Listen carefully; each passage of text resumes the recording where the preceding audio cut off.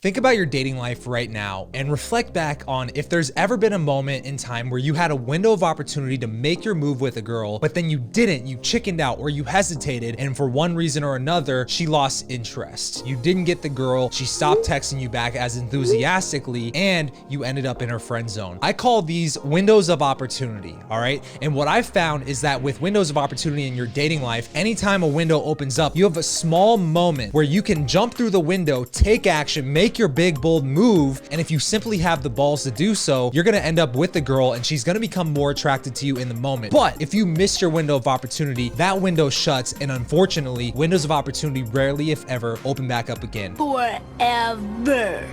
Forever. Which brings up the question, what are the windows of opportunity that guys have to learn how to jump through in order to get girls interested in them? And what I've found is that when you meet a girl, from the moment you meet her to the moment that she ends up either sleeping with you or becoming your girlfriend, there are 5 crucial windows of opportunity that if you simply pay attention to these and look for these checkpoints in your interaction with her, then not only are you gonna understand exactly where you went wrong in your interactions in the past, but you're gonna know exactly how to move forward with the girls that you meet in the near future. In this video, let's go over what those windows of opportunity are, and I want you to understand this. These windows of opportunity come in this exact order, and where a lot of guys get it wrong is they try to do these windows in the wrong order, and it completely messes up the seductive process. So the first window of opportunity, very obvious. It's you have to get her attention. And when I say you have to get her attention, you have to get her attention in person, meaning that if you text a girl and she swiped right on you, yeah, maybe for a moment you had her attention on a dating app, but until this leads to an in-person interaction, it might as well be mental masturbation, because at the end of the day, if she's just a person that you're interacting with through your phone, then it's not real life. It's false. No way. Not this time. It's totally made up. Pure fiction. So you have to be able to get this girl's attention in person, whether that's you lead it to an in-person meetup like a date, or you simply do the easiest thing, which is you see a girl out in public that you find attractive and you go up and start talking to her, but you have to get her attention first. That is the first window of opportunity that most guys miss, because think about how many guys chicken out even walking up to her in the first place. Which brings me to the second window of opportunity. Now this one is the one that most guys especially get wrong, and it's why I wrote an entire book about this. And that second window of opportunity is sparking attraction.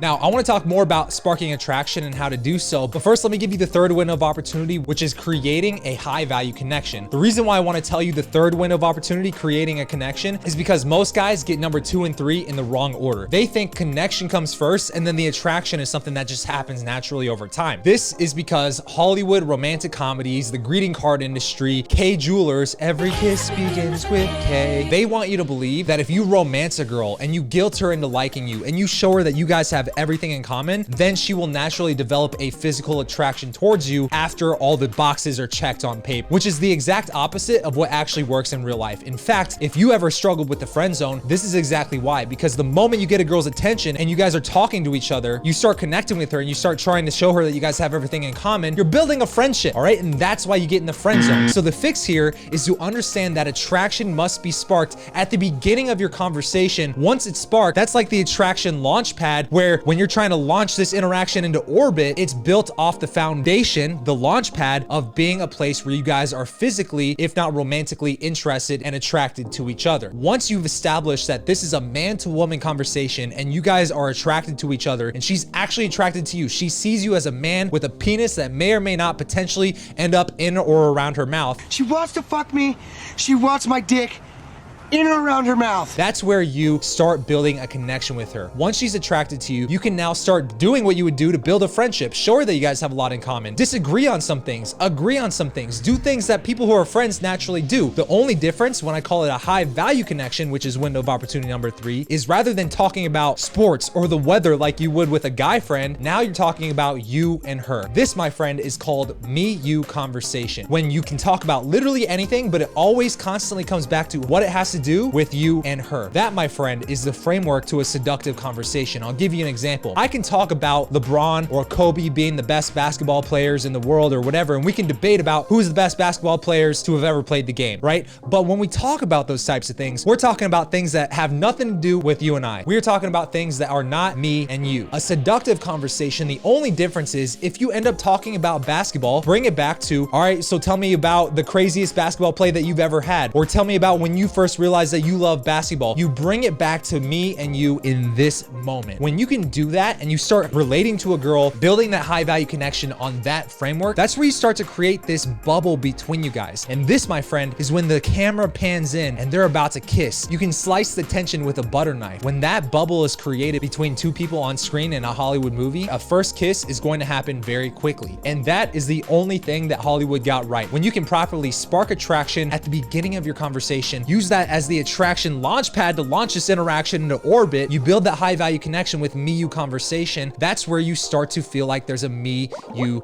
bubble. The only thing that's gonna stop us, you don't do window of opportunity number 4, which is you isolate her. You bring this conversation to a place where you guys can be talking undistracted. Ideally, if you guys were teleported back to your bedroom somehow magically, naturally you guys would start making out and end up on the bed doing the deed. So in that moment, magic teleported you to a place where you guys could have an isolated conversation. When you're on a date, when you approach a girl, you have to isolate the conversation. We're talking in a bar and I approach her and everybody's kind of standing around us and there's distractions everywhere. I'm going to move this conversation, literally physically lead her maybe to the outside lounge where there's a lot less people, a lot less distractions, where we could have an isolated conversation. Or if that can't happen right now, that's where I'm gonna get her phone number so we can meet up one-on-one later where we are in an isolated interaction. Which brings me to window of opportunity number 5, and that is breaking the touch barrier, physically escalating the conversation. Now, in an ideal world, you can start breaking the touch barrier from the moment you meet her. You shake her hand and just escalate it up from there. In fact, I have a video about that where I just talked about how to escalate an interaction a couple weeks ago. If you want this girl to be interested in dating you, or you want to have sex with her, like a one-night stand type of situation, I'm talking to all you fuckboys out there, like a prior version of myself, then you need to be able to escalate physically in this interaction. If not, then you're gonna have all this tension that leads to nothing, and you're giving her blue balls because you don't have the balls to jump through that 5th window of opportunity and break the touch barrier. If you can understand these 5 windows of opportunity and you understand what